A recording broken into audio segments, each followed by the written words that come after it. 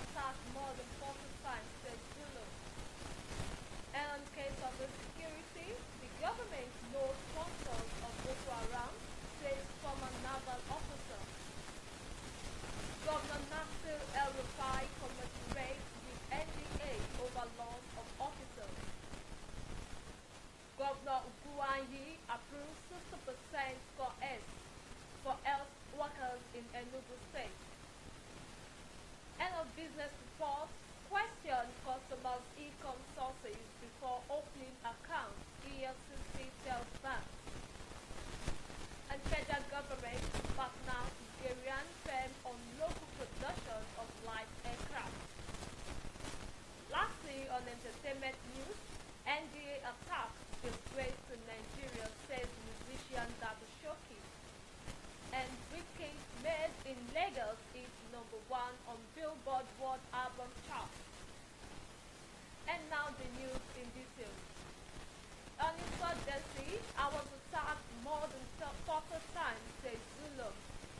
The Borno State Governor Babangana Zulum says he has survived many attacks, numbering over 40 by insurgents in the state. He disclosed this on Tuesday at a briefing with State House correspondents shortly after a meeting with President Muhammadu Buhari at the presidential villa in Abuja. He decried the impact of the over 1 decade-long insurgency, which he said has gravely affected the livelihood of the people of the state. Recently, military authorities said troops have intensified onslaughts against the members of the Boko Haram sect and the Islamic State in West Africa province Iswap in the northeast. These, according to them, have forced the insurgents to flee from their hideouts, with hundreds of them surrendering their arms to the troops. While the latest development has been commended by many, others want the federal government not to pardon the dispersed terrorists. Rather, they should be prosecuted. But this position has been rejected by Governor Zulum, who says it's one of the worst hit by the insurgency. He believes accepting the repentant terrorists is the way to go if Nigeria wants an end to the insurgency. It reveals that about 2,600 of them have so far surrendered, including their wives and children. The governor, however, stressed that those who have surrendered would not immediately be reintegrated into the society. And still on the case of insecurity in Nigeria, the government knows sponsors of Boko Haram, says former naval officer. The former naval commodore Kunle Olawumi retired on Wednesday. He said that the Nigerian government knows those behind the decade-long Boko Haram insurgency in the country. He made the comment during an interview on the channel's television. Earlier in the year, the presidency said it would publish names of those behind the Boko Haram war. It also linked the insurgency to the activities of some BDCs in the country. The development generated heated debate across the country, but months down the line, the long-awaited list is yet to be made public, a situation the ex-military officer says does not bode well for the government, who he accused of shielding criminals. He claims that the government has developed cold feet in fighting the insurgency because some of those backing Boko Haram are now top-ranking government officials. Olawumi's remark is the latest in the continued debates about how Nigeria can end the Boko Haram war, which has led to thousands of deaths and displaced millions, especially in the northeast. And while the military says the ongoing onslaught against the terrorists has yielded results and the criminals surrendered, calls for granting amnesty to some of the repentant members of the sect have also divided opinions among stakeholders. Advocates citing the amnesty program of the ex-president Musa Yar'Adua to ex-Niger Delta militants says it will bring peace to the troubled northeast, but Olawumi has faulted the move. According to him, fishing out the sponsors is a major way of ending the insurgent war. And still on the news, Governor Nasiru El-Rufai commiserates with NDA over loss of officers. The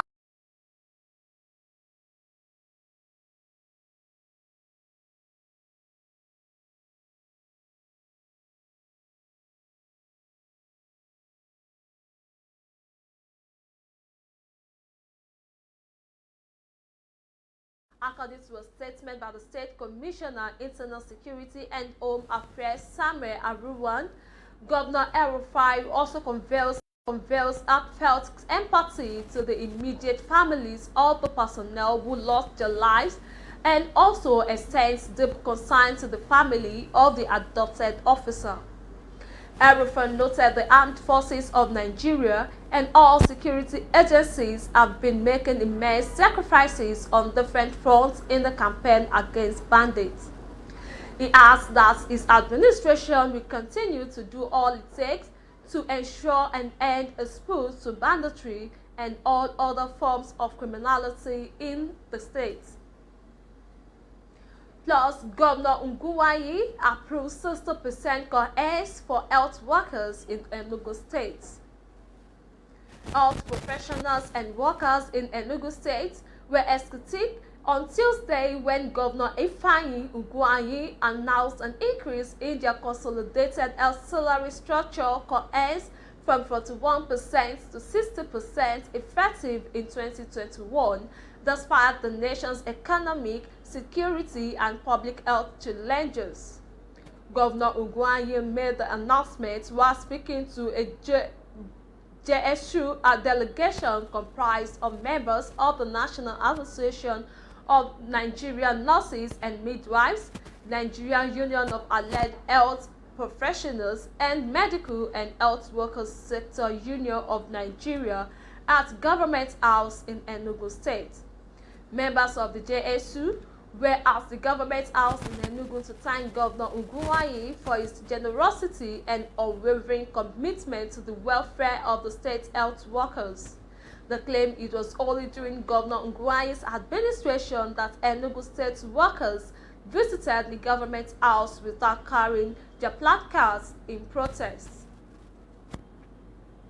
We will begin on the short break, and then when we come back, the news continue. News to all Lagos residents, especially owners of landed properties. Payment of land use charge has now been made easy through an online platform known as Lola. Lola is Lagos online assistance platform where payment of land use charge is possible through a WhatsApp-only message on 0815-433-3883. This Lola platform, initiated by the Lagos State Ministry of Finance, will make the payment of land use charge possible anytime, any day, and anywhere, without any third-party involvement.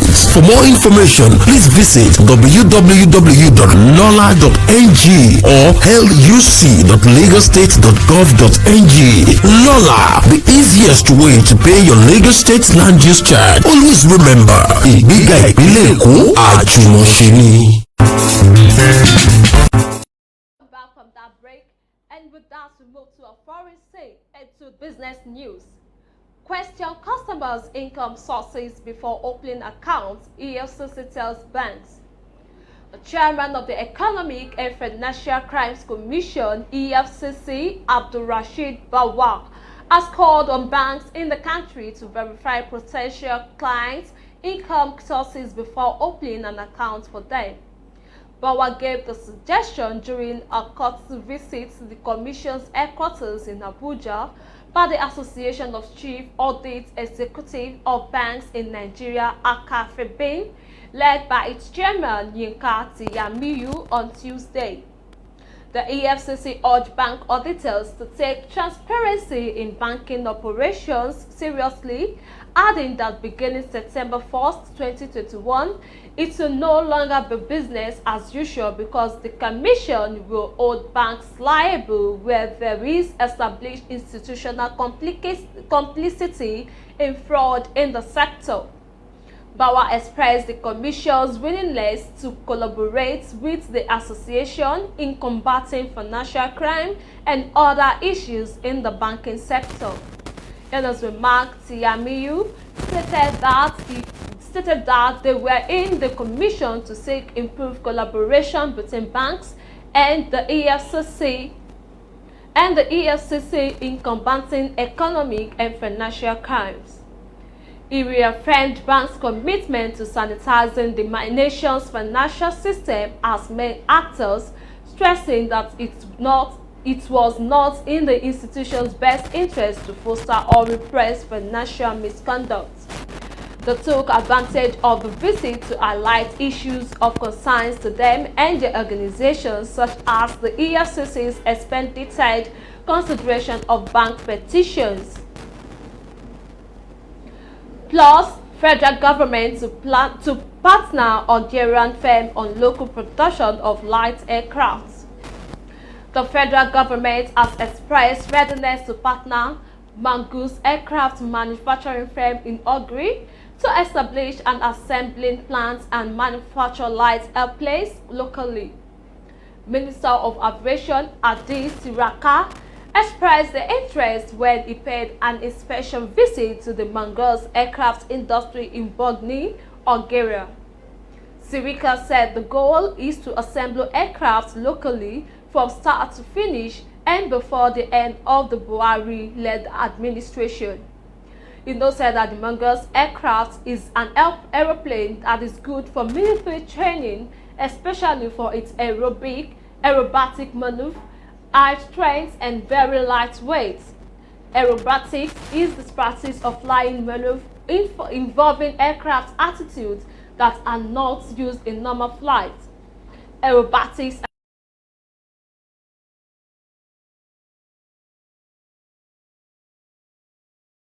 said he was very satisfied with the features and more than willing to facilitate the production of the aeroplanes in Nigeria, saying one of the significant features of the Magnus aircraft is that it uses normal car petrol and outperforms any training aircraft of its kind. The minister, who was at the facility on the invitation of the company, said the proposed partnership with the aircraft manufacturer would be subjected to further analysis to verify the market and government's willingness to partner with a significant amount of money and logistics. He emphasized that the local production of aircraft in the country will facilitate the growth of Nigeria as a regional aviation superpower, as it will also come with maintenance and repair facilities that will attract patronage from neighboring countries.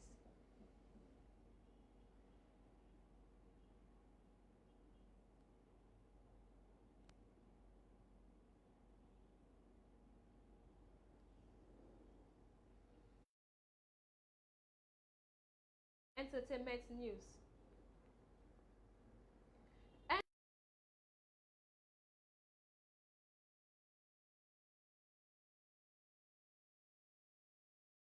Popularly known as Daddy Shoki, has condemned the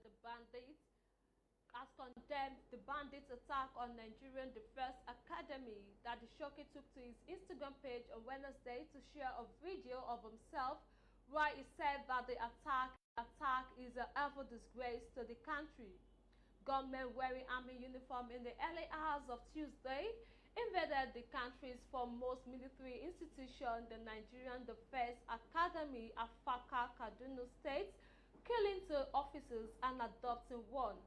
It was gathered that when the gunmen entered the NDA permanent site along Airport Road, Afaka, in the Igabi local government area of Kaduna State around 1 a.m., they came through a broken fence and caught the residents unaware. It was learned that the gunmen, who headed in different parts of the premises, caught the officers on duty off guard because they were wearing military uniform. Condemning the attack, Daddy Shoki said that it is a shame and a disgrace to the nation at large.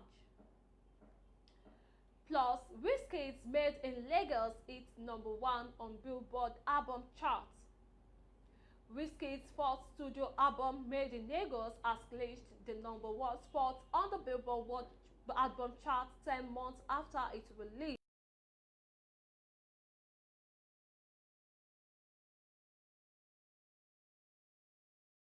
International star drummed support for SS, the 11th song in the album. SS, featuring Nigeria breakthrough star Thames, made history by being the first Nigerian song on the Billboard Hot 100 and Global 200 music charts in July. Early in August, Wizkid featured Canadian star Justin Bieber and on the remix of Essence, popularly referred to as Song of the Summer. The remixed version of Essence also hit at the #1 spot on the Billboard World Digital Song Sales Charts as of Tuesday. The album, which has spent a total of 41 weeks on the World Album Chart, had debuted on the #2 spot in November 2020. It was also the first African album to debut on the Spotify Global Album Chart at top 10 position barely a week after its release.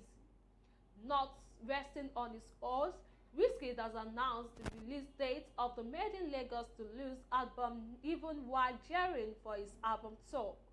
The project, slated for release on Friday, has a total of 18 songs with 4 additional tracks to the initial album. Notable in the additions are SS Remix and Mood, featuring upcoming artist Buju. And with that, we've come to the end of the Gallery TV news update this hour. Don't forget to join us again by 4 p.m. for yet another news update. I remain Titilayo Olamide. Thanks for watching and do have a lovely afternoon.